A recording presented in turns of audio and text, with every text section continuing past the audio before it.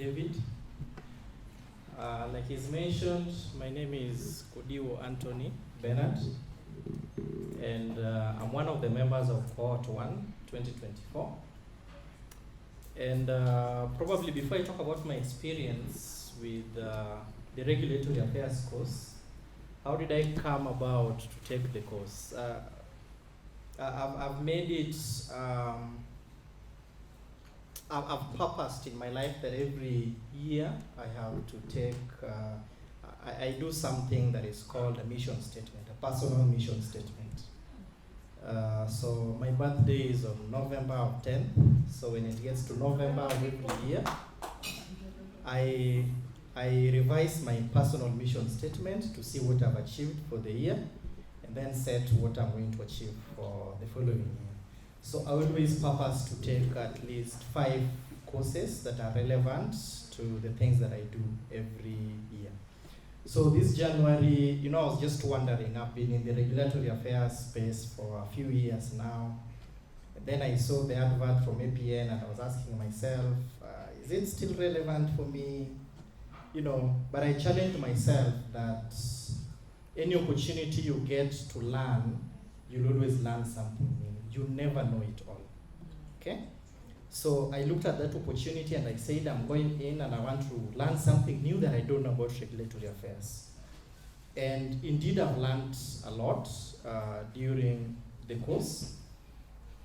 And what I like about the training is how practical it is. They try to make it as practical as possible, so that it's not just theory, because I know when it comes to theory, we have so many theoretical courses on array you can always do, even online. No?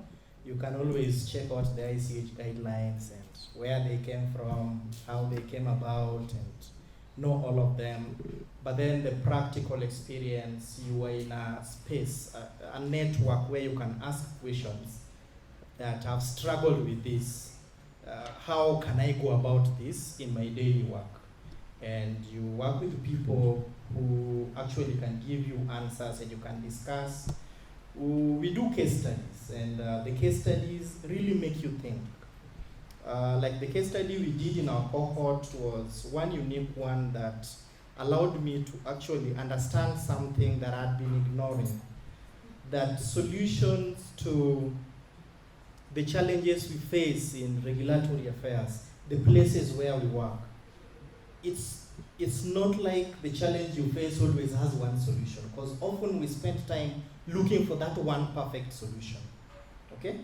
And you know the pressure of the workplace, especially those of us who work some of these small firms. You are hired and they expect you to know everything, and a challenge comes up and you must be having the solution. After all, you are a pharmacist, okay? Yes, they expect you to have everything at your fingertips.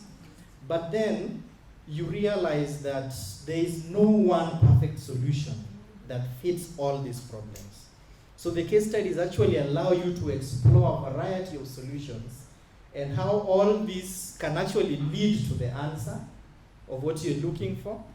But you also get to learn that you must be able to make very tough decisions. That as an RA professional, you don't work in isolation. Marketing is looking at you. Supply chain is looking at you. QA is looking at you. So the decision you're going to make is going to affect all these departments. And what they do also affect your work.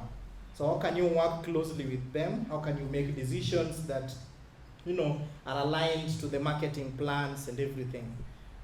So it was really an eye-opening course. The other reason why I decided to take the course, when I entered the RA space, Dr. Denise Shia was and still remains to be my mentor.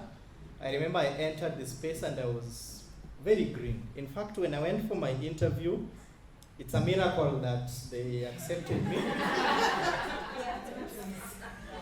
Yeah, because now I knew something very little about RA.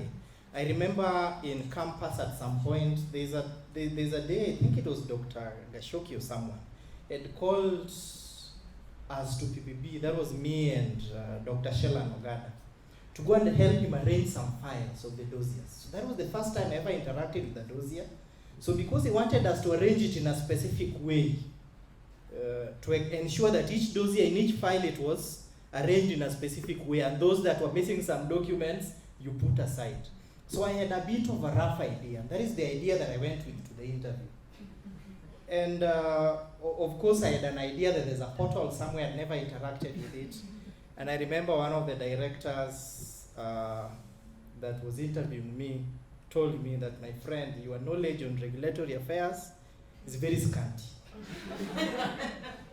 I reminded him a month ago when I was leaving that job for a new role, that when I started out, he told me my knowledge was very scanty.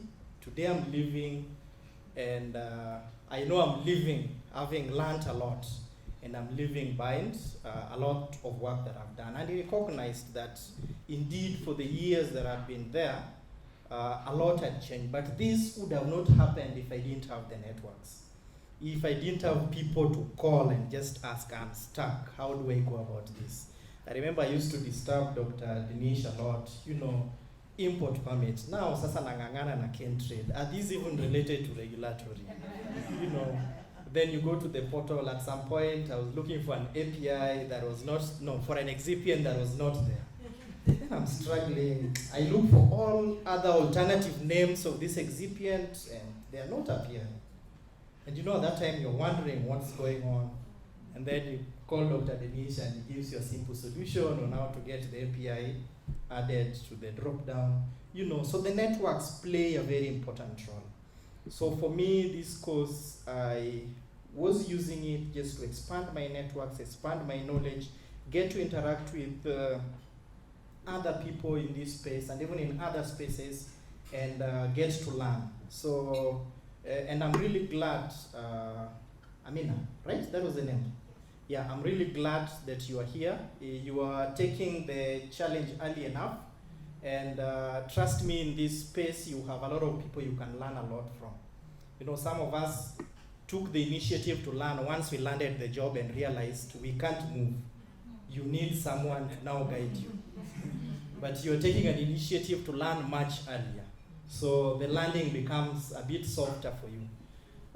So I think that is how my experience has been, and thank you so much to APN for having these courses just to help us network, learn more about these areas, and I would encourage you to tell your friends and even the young pharmacists, as we have our colleagues who are now predominantly on the road, so tell them they be on the road, but at 7 p.m. to 9 p.m. they can utilize that time to learn something new as they wait for the government to behave. Thank you so much.